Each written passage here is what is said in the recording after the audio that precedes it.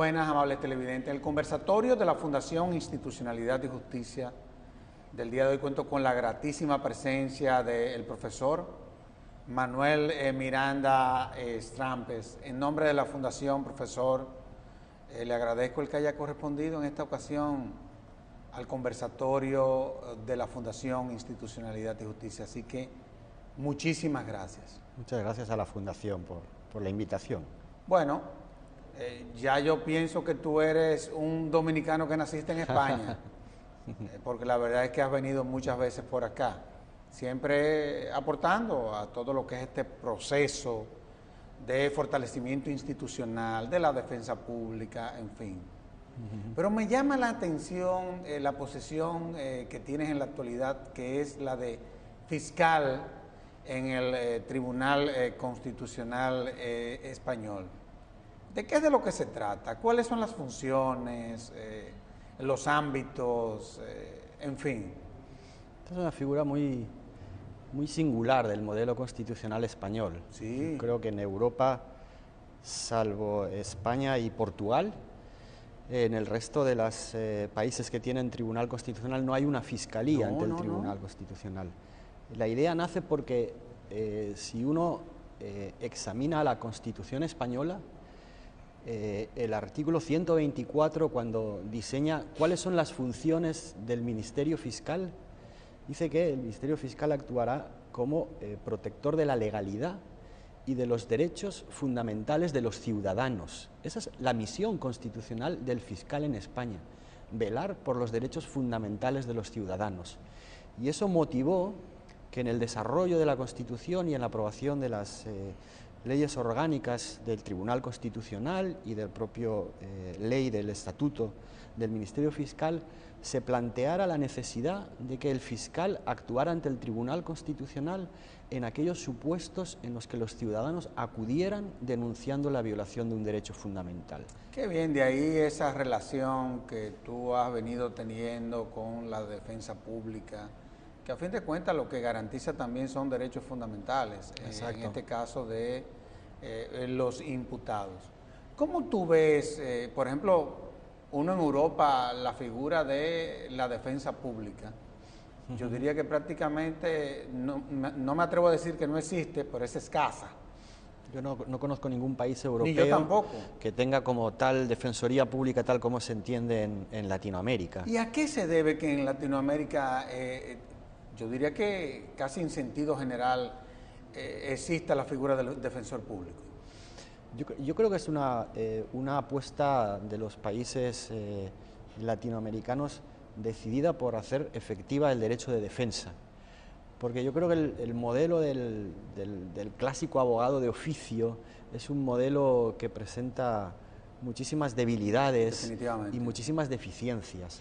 Y yo creo que aquí se quiso acabar con ese modelo, dotando de una institucionalidad que realmente hiciera efectiva ese derecho de defensa en el ámbito inicialmente del proceso penal, sin perjuicio de que se pudiera extender a otros ámbitos. Yo creo que es una apuesta muy seria y muy rigurosa en favor del derecho de defensa.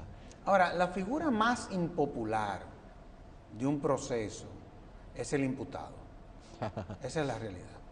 O sea, generalmente, inclusive, antes de que lo condene la justicia, o lo condenan los medios de comunicación o la propia sociedad.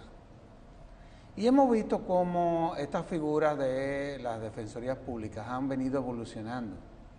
Muchas veces desde la sociedad se percibe, es una percepción muy propia de la nuestra, de que la calidad de nuestros defensores muchas veces más allá que la de otros actores del sistema. ¿Cómo tú evalúas eso? Porque la verdad, por ejemplo, cada vez que se le somete al sistema un caso, me refiero al sistema penal, la mayoría de la gente, porque hay condenas anticipadas también, la mayoría de la gente apuesta a que quien va a ganar el caso es la víctima.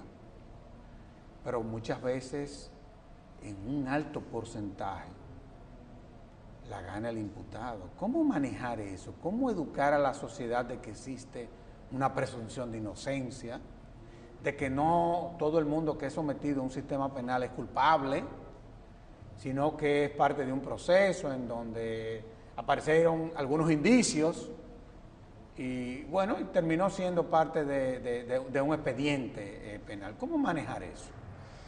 Yo primero no hablaría de ganar o perder. A mí no me gusta esa terminología aplicada al proceso penal, como si fuera un partido de fútbol ahorita que estamos con el Mundial o de béisbol, ¿no? Yo creo que esa terminología proyectada sobre el proceso penal genera creo que cierta confusión. Yo creo que el proceso penal al final... Manuel, pero esa es la que desde el Estado se genera, ¿eh? Sí, sí, desde el Estado y además desde los medios de comunicación social, claro. Esa terminología se ha implementado. Es una realidad, es real. Sí. Igual que cuando se habla de guerra o de lucha. Claro. A mí tampoco me parece que sea una terminología adecuada para hablarlo del proceso penal. Si seguimos la tesis del profesor Ferrajoli, estamos en un espacio de garantías, ¿no? Claro. Y evidentemente ahí, ¿quién es el que tiene la posición más débil frente al Estado, frente al ius puniendi? En principio es el imputado, el acusado. Esa es la persona a la que hay que rodearle de garantías frente a la posibilidad de una actuación arbitraria del Estado. ¿Eso supone olvidar a la víctima? Ni mucho menos. La víctima ha adquirido en los últimos tiempos un protagonismo esencial en el proceso penal. Si nos vamos hace 10 años, 15 años, las víctimas eran las grandes olvidadas del proceso penal y ahora ya se habla de derechos de las víctimas, se les trata de proteger, pero en esa balanza que supone todo proceso penal no hay que perder de vista que en última instancia es el imputado el que está jugándose su derecho a la libertad, ¿no? Y por eso yo creo que esas garantías que nacieron con la Revolución Francesa y con la Ilustración son garantías actuales que nos bunkerizan a todos los ciudadanos frente a una actuación arbitraria del Estado. Y cuando yo vine la primera vez en Dominicana, 2003, 2004, recién aprobado el nuevo Código Procesal Penal, se hablaba del Código de los Delincuentes. Sí, todavía hay sectores que se siguen expresando en ese Yo creo tono. que no es el Código de los Delincuentes, es el Código de los Ciudadanos. Claro. Porque nos da derechos frente a una actuación arbitraria del Estado. Y la historia nos demuestra que el Estado, los poderes públicos, tienden a abusar de su poder frente a los ciudadanos. No, y la verdad es que cuando uno ha visto lo que ha sido, y ya los datos comienzan a darse a conocer, en principio esa era la percepción hasta no hace muy poco tiempo, ¿eh? Lo que pasa es que se han comenzado a hacer público una serie de datos que comienzan a desmontar todos esos mitos. Uno de ellos es que tenemos 3 veces más presos hoy que antes de la implementación del código. Sí. Situación que a mí no me agrada, en honor a la verdad, porque más que el éxito comienza a reflejarme que en algunos aspectos el código o está fracasando o fracasó. Y rápidamente, ¿a qué se debe esa visión positivista de las reformas procesales penales? Porque te hago la pregunta, y tú manejas muy bien esa visión. Nosotros, como tú dices, tenemos un código procesal que lo implementamos en el 2004, lo aprobamos en el 2002. Sin embargo, ya estamos,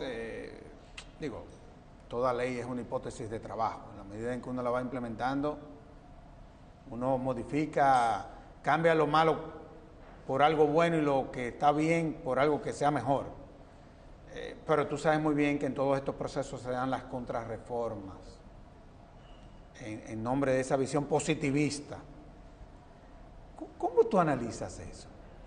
Creo ese es todo, es un riesgo que existe en todos los países de América Latina que han implementado el nuevo modelo de sistema de justicia penal, que abandonaron las estructuras neocoloniales o inquisitivas e implementaron un modelo acusatorio.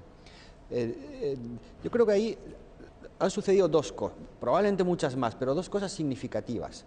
Una, que creo que se ha focalizado excesivamente la atención en la reforma de las estructuras procesales, sin ir acompañado de una reforma de lo que serían las leyes penales sustantivas o reformas organizacionales. Claro. El proceso penal no cambia nada.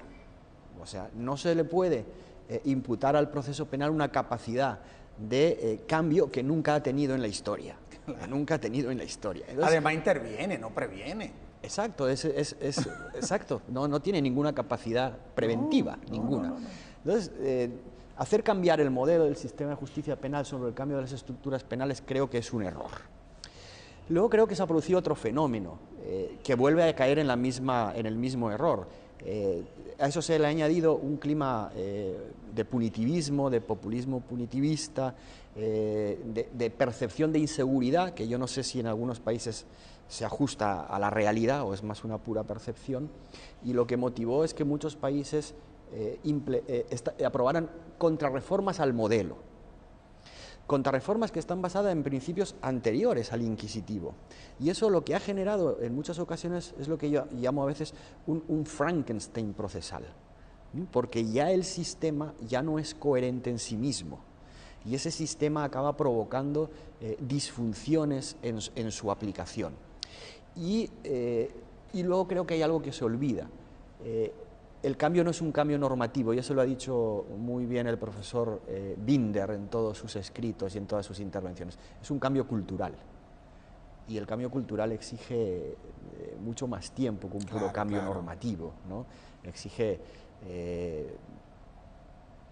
cambios a otro tipo de niveles que no sean solo puramente cambios en el texto legal. Ahora, tú trabajas en un tribunal constitucional, que es el intérprete de la Constitución. Cuando uno analiza cómo han venido evolucionando nuestras constituciones, no hay duda de que esa parte dogmática ha avanzado de manera sustancial. Ya los derechos fundamentales cada vez son más, la Constitución los distingue, inclusive hasta los tipifica. Y bueno, tenemos un intérprete de la Constitución. Los principios del derecho penal están en nuestras constituciones. Sin embargo, vemos cómo nuestros congresos, haciendo una especie de populismo penal, quieren destruir desde el legislador lo que como constituyente lograron. ¿Cómo manejar eso? Porque la verdad es que muchas veces uno no entiende al Estado. Cómo por un lado avanza y por el otro lado quiere destruir lo que se logró.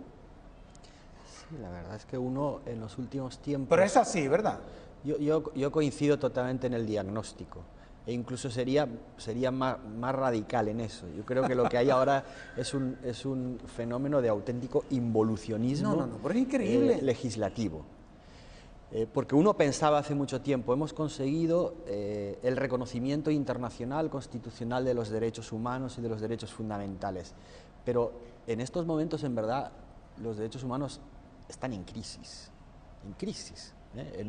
Y ya no solo en el ámbito de la justicia penal, sino en otros ámbitos. Claro. Y es todo un fenómeno de involucionismo, porque estamos afrontando nuevos retos para los cuales probablemente no tuviéramos en su momento instrumentos adecuados, y hay que adoptar esos instrumentos. Lo del sistema de justicia penal es muy curioso, porque vuelven a aflorar discursos que pensábamos que habían estado ya abandonados hace tiempo. En Europa se está recuperando a veces el discurso de la pena de muerte, cuando el territorio del Consejo de Europa es un territorio de prohibición de pena de muerte, y hay discursos de reivindicación otra vez de la implementación de la pena de muerte. Yo creo que ahí, siendo ese el diagnóstico, un jurista que quiera llamarse jurista tiene un compromiso, que es el compromiso con los derechos humanos, en su función, la que sea, juez, abogado, defensor público, fiscal, tiene que hacer del ejercicio de su profesión un compromiso permanente con los derechos humanos y con los derechos fundamentales. Ahora, estuvimos hablando del imputado. pero también existen los derechos humanos a favor de las víctimas. Muchas veces la víctima no se ha sentido segura en todo lo que tiene que ver con el conocimiento de sus casos. Sí. Porque así como existe una presunción de inocencia a favor del imputado, la verdad es que el que termina siendo víctima siempre va a ser una víctima. Ahí sí es verdad que el que es víctima es víctima. Pero en el desarrollo de los procesos muchas veces vemos que ellos no se sienten seguros. ¿Es posible, por ejemplo, crear un sistema en donde habiendo sido tan exitoso la Defensoría Pública, que las víctimas también, o crear una defensoría especializada a favor de las benditas víctimas? Porque la verdad es que las víctimas no se sienten identificadas, por ejemplo, con el Ministerio Público. Sí. Ahí hay experiencias en el ámbito latinoamericano muy interesantes. Algunas defensorías públicas han creado como unidades especializadas para la protección de las víctimas, ¿no? Porque la Constitución nuestra lo permite, ¿eh? Ese sería, por ejemplo, un modelo a seguir, ¿no? Poder crear una unidad especializada en materia de protección de víctimas dentro de la Defensoría Pública, ¿no? que visibilizara a la víctima en el proceso penal. Pero luego hay todo un campo también de reconocimiento de derechos, pasando desde el mismo momento del derecho a la información. ¿Qué información se les da a las víctimas cuando tienen su primer contacto en el sistema de justicia penal? Eso es clave, porque habría que informarle adecuadamente de cuáles son sus derechos, cómo poder ejercerlos, ¿no? Y cómo se está haciendo eso en la práctica. Yo creo que hay muchas lagunas. Y luego yo creo que hay que introducir a la víctima y al imputado en búsqueda de espacios de reparación, todo lo que son los acuerdos reparatorios, todo lo que es la implementación de la mediación penal en determinado tipo de hechos delictivos. Claro. Yo creo que eso es un instrumento muy valioso. Nosotros lo tenemos, ¿eh? Sí. Y la inmensa mayoría de los países lo tienen. Lo que hay que checar es cómo funciona en la práctica y si realmente nos está sirviendo para desmontar esa idea del proceso penal como venganza, ¿no? En este caso, preterición de la víctima, si la víctima se siente escuchada, si se siente acogida en el seno del sistema, si se siente de alguna manera revalorada después de la humillación que supone haber sido víctima de un hecho delictivo. Habría que escuchar, creo, probablemente más a menudo a las víctimas, porque nos daría muchísima información de cómo el sistema realmente funciona. Ahora, Manuel, desde el Estado se percibe, o es lo que se percibe de la sociedad, de cuál es la visión del Estado. El Estado tiene una visión complicada, porque el Estado muchas veces cree que las reformas se limitan a la aprobación de una norma. Entonces muchas veces no quieren diseñar las políticas públicas que deberán de acompañar la implementación de la ley o de la norma que se aprueba. Cuando uno analiza y uno estudia todas estas cosas, tú eres un estudioso de las ciencias penales, uno lo ha terminado siendo, yo diría que por la posición que ocupa hoy, uno la verdad es que muchas veces se pone nervioso y me explico. Hablemos un poco de los actores, porque cuando tú hablas de la justicia, tú hablas de un sistema de justicia. O sea, la justicia no se limita al gobierno de los jueces. No. Bien.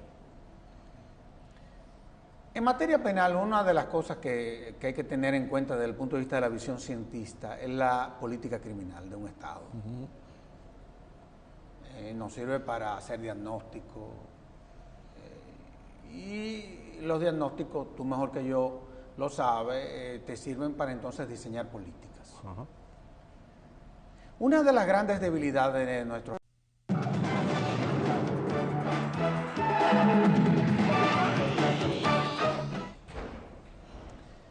profesor, uno de los componentes del sistema es todo lo que tiene que ver con el sistema penitenciario. Eso sí anda mal. Eso anda cuando fatal. uno ve los niveles de reincidencia. Fatal. No, sobre todo porque una de los efectos de la pena se supone que es el que quien se separó de la sociedad el sistema cree las condiciones para que él vuelva a ella. Pero la verdad es que estamos viendo de que cada vez los niveles de reincidencia son mayores. ¿Cuáles son los benditos componentes de un sistema penitenciario, digamos que eficaz?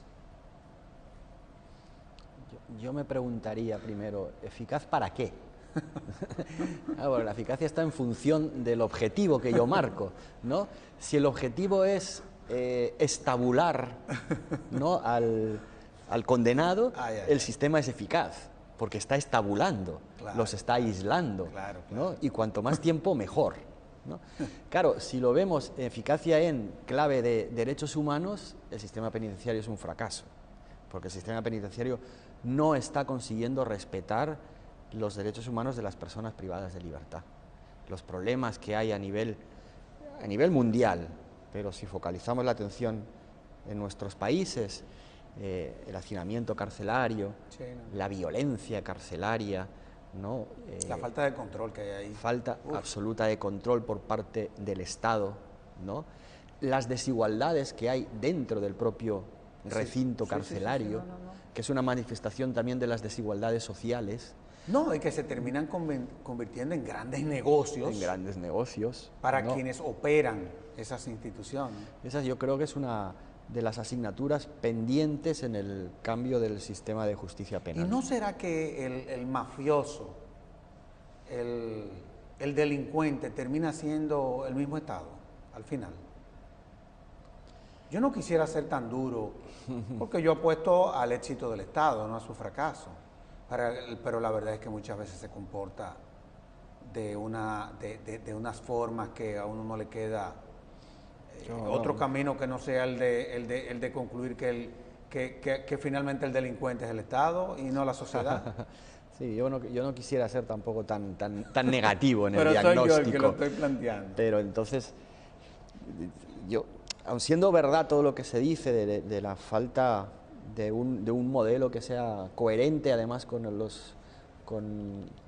modelo constitucional que nos hemos otorgado, ¿no?, yo creo que hay algunas cosas interesantes y muy positivas. El mismo Congreso que nos convoca, AIDEF aprobó una guía regional para la protección de las personas privadas de libertad a nivel de todos los países que integran la asociación. Nosotros tenemos dos modelos aquí y hay uno que le está implementando. Sí, eso lo conozco. El nuevo modelo es un claro, no. Ese debería ser, ¿no? Es el modelo del sistema penitenciario de América Latina. Claro, pero no tiene, en esos momentos no hasta la totalidad, claro, es un porcentaje muy mínimo. Es un porcentaje muy reducido. O sea, sobre el papel existe ese modelo, ¿no?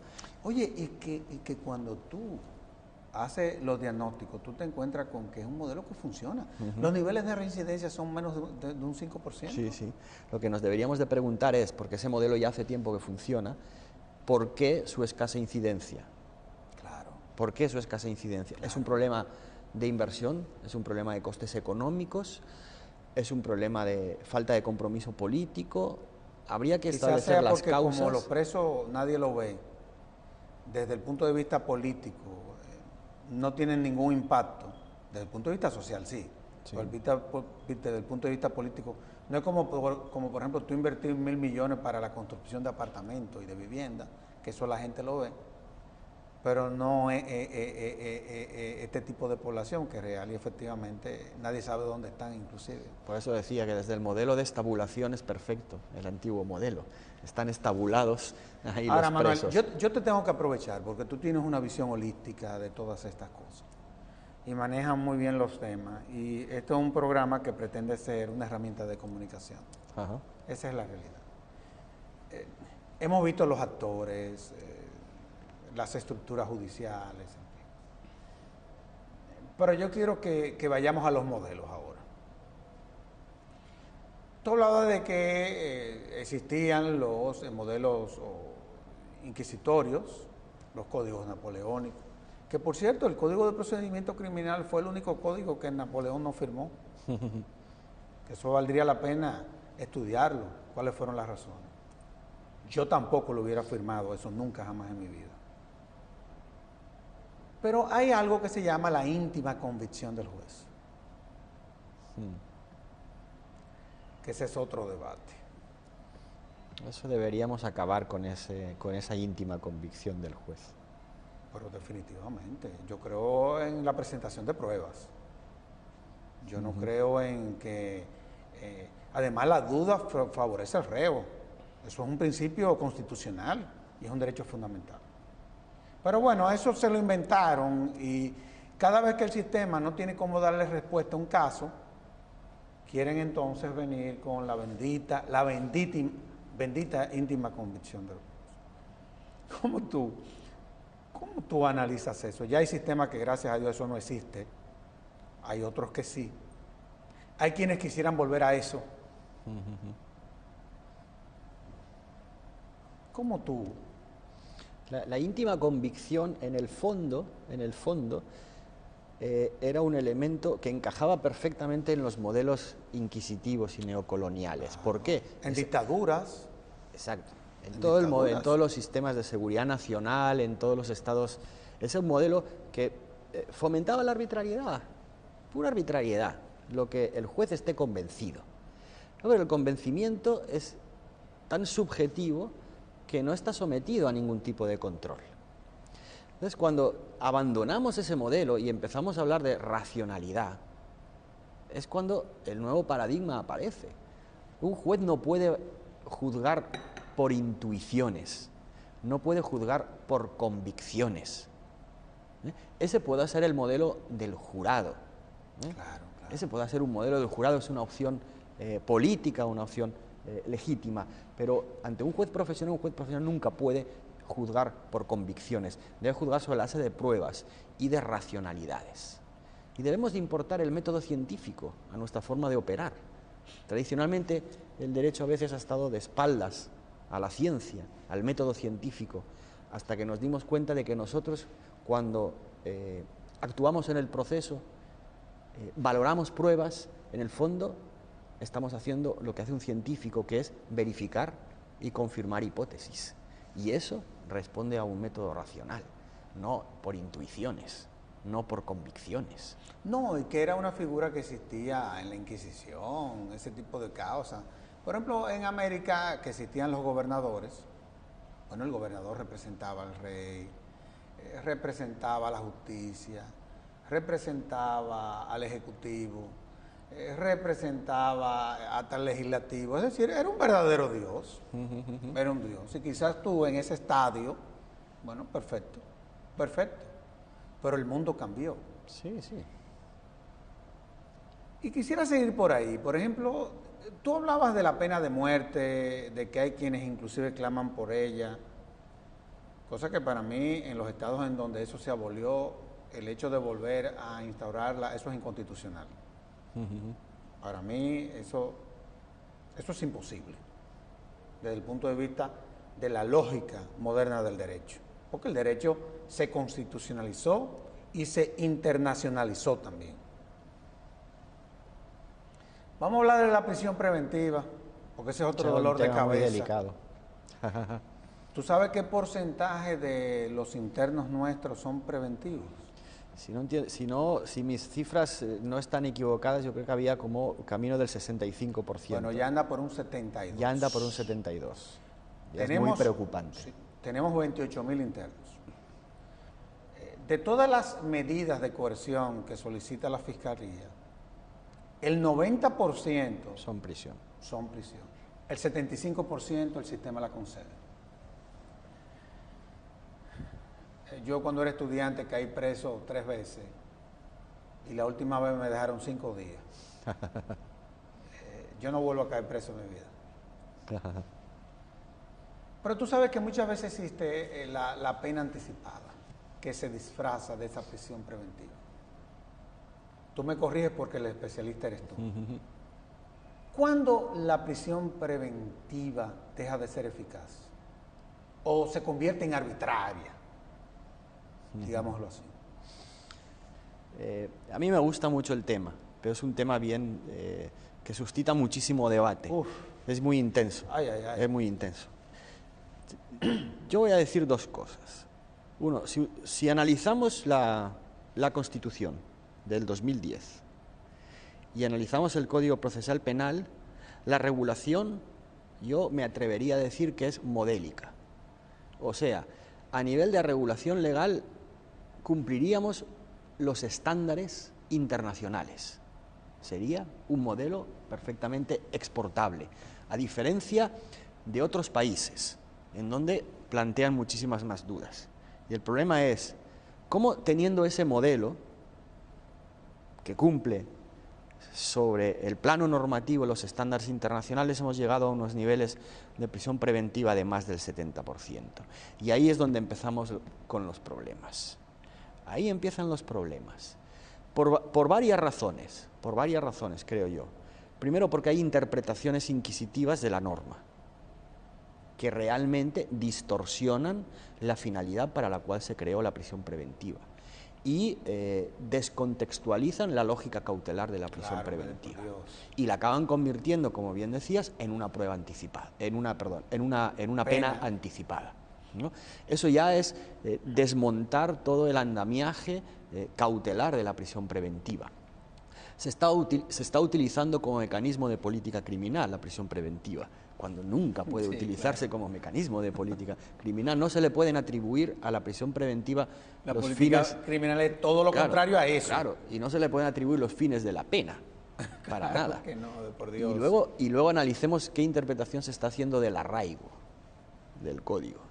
Y ustedes verán que el arraigo lo estamos utilizando precisamente para dirigir la prisión preventiva, ¿no?, a los sectores más desfavorecidos de la sociedad, cuando el que tiene más posibilidades de salir huyendo es el que en realidad tiene más recursos económicos que el que no lo tiene. Habría muchísimas más causas y habría muchísimas más lecturas. Es un problema generalizado, o sea, en su gran mayoría, aunque las generalizaciones siempre son odiosas, pero en su gran mayoría, los países que han modificado sus estructuras inquisitivas en acusatorias, lo que no han conseguido hasta ahora es invertir la tendencia al aumento de presos preventivos. Es una asignatura pendiente. Y eso ha merecido, por ejemplo, un último documento de la Comisión Interamericana del año pasado, del 2013, en donde vuelve a analizar la prisión preventiva y analiza precisamente por qué las causas del mantenimiento de los altos índices de presos preventivos en países que han modificado sus estructuras procesales. Y es un problema serio, porque lo que estamos diciendo es, el 70% de las personas que tenemos en prisión son inocentes, porque no han sido condenadas, porque están presos preventivos. No, y además que cuando tú ves cuál es la condición social de nuestros presos preventivos, la realidad es que tenemos que volver al principio de la discusión. Exacto. Hay una discriminación social muy fuerte, o sea, son cosas que yo pienso que una sociedad no tiene derecho a hacer en honor a la verdad. O sea, yo tengo las reglas muy claras en mi vida, yo sé lo que es usted violentar una norma y cuáles son sus consecuencias. Ahora, de ahí a usted, sobre la base de cuáles son las consecuencias de quienes violentaron una norma, usted romper con el principio de igualdad, la verdad es que eso a mí, en honor a la verdad, como miembro de la sociedad, a mí me preocupa mucho, mucho, por aquello de la imputabilidad temprana, por aquello de la presunción de inocencia. O sea, cómo todo esto, inclusive, atenta a un principio que es universal, porque yo he llegado a la conclusión que la visión del Estado, más que una presunción de inocencia, es una presunción de culpabilidad, ¿es así? Eso es posible que en la práctica esté sucediendo. En la práctica, que alguien sea detenido ya por la policía, en realidad ya no es sino... Que a mí, de todas maneras, tampoco me gusta lo de presunción de inocencia. Yo prefiero hablar de inocencia. Yo también. Puro. Hasta que un juez en una sentencia me condene, cuyo caso ya... Lo de presunción, el propio término presunción ya indica como que ya no es, ¿no? Entonces yo prefiero hablar de inocencia, pero en el cambio en la práctica operamos de forma distinta, ¿no? Operamos con presunción de culpabilidad, ¿no? Y al final se invierte todo el modelo. O sea, el imputado debe, durante todo el proceso, desmontar esa presunción de culpabilidad. Claro. Y entonces el modelo se pervierte. Claro. El modelo se pervierte. Tan se pervierte que decíamos que los códigos no previenen, los códigos intervienen. O sea, un código penal, un código procesal penal, nada que ver con mecanismos de prevención. Ninguno. Ellos intervienen al final de todo lo que es el proceso. Somos reactivos, reaccionamos. Totalmente. Ahora, yo quiero que hablemos porque hemos hablado de la parte que tiene que ver con, digamos que, de cómo el sistema debe de darle respuesta al fenómeno de los casos que se le someten. Pero vámonos a lo que es la política criminal, que tú eso lo manejas bien también. Y vámonos a sus dos componentes. Es fundamental, hay 60.000 más, pero los dos componentes fundamentales de una política criminal es el que tiene que ver con la prevención y el que tiene que ver con la persecución. Uno de los actores tiene que ver con esos dos componentes. Y es la policía, el aparato policial. Que muchas veces parecería que es una institución que no solamente no quiere que la controlen, sino que tampoco nadie la quiere controlar. Nadie se quiere meter con la bendita policía. Pero a veces el sistema no quiere ver que es un acto clave. Porque a todo lo que la policía le ponga la mano, a todo, es a lo que finalmente el sistema o va a asumir o va a descartar. Exacto. ¿Cómo tú has venido monitoreando? Tú has estado viéndonos desde hace años. En la actualidad estamos inmersos en una reforma policial. La Fundación, conjuntamente con el Congreso, está llevando a cabo una serie de actividades a los fines de ver si aprobamos la bendita reforma a la institución policial. ¿Cómo tú ves ese actor que muchas veces resuelve el problema, pero otras veces lo contamina? ¿Qué vamos a hacer? Y además el Ministerio Público muchas veces cómo se comporta en su relación con él. En donde teniendo la dirección funcional de la investigación, muchas veces termina haciéndose la loca. Exacto. Eso creo. Y finalmente por eso los casos se caen. Exacto. Yo creo que esos dos son los dos problemas claves, ya no solo a nivel de la República Dominicana, sino creo que a nivel de otros países. Eso es increíble. Fue muy curioso cuando se aprueban los nuevos códigos, todo el mundo estaba, ¿no?, haciendo grandes esfuerzos de capacitación, ¿no? Se hicieron cosas muy interesantísimas en la Escuela Nacional de la Judicatura, que es un actor de liderazgo en el proceso, sin lugar a dudas. Y nos olvidamos de la policía, cuando al final resulta que es el actor que primero actúa, que primero interviene, y nos olvidamos ya no de capacitación en el nuevo modelo, sino de cómo está organizada, qué criterios de selección se utilizan, qué criterios de promoción profesional hay, cuál es su salario, cuál es su sueldo y cuál va a ser su relación con la Procuraduría, con el Ministerio Público. Claro. Cómo vamos a manejar ese modelo relacional, ¿no? Cómo vamos a establecer esa dirección funcional de la investigación por el Ministerio Público en sus relaciones con la policía.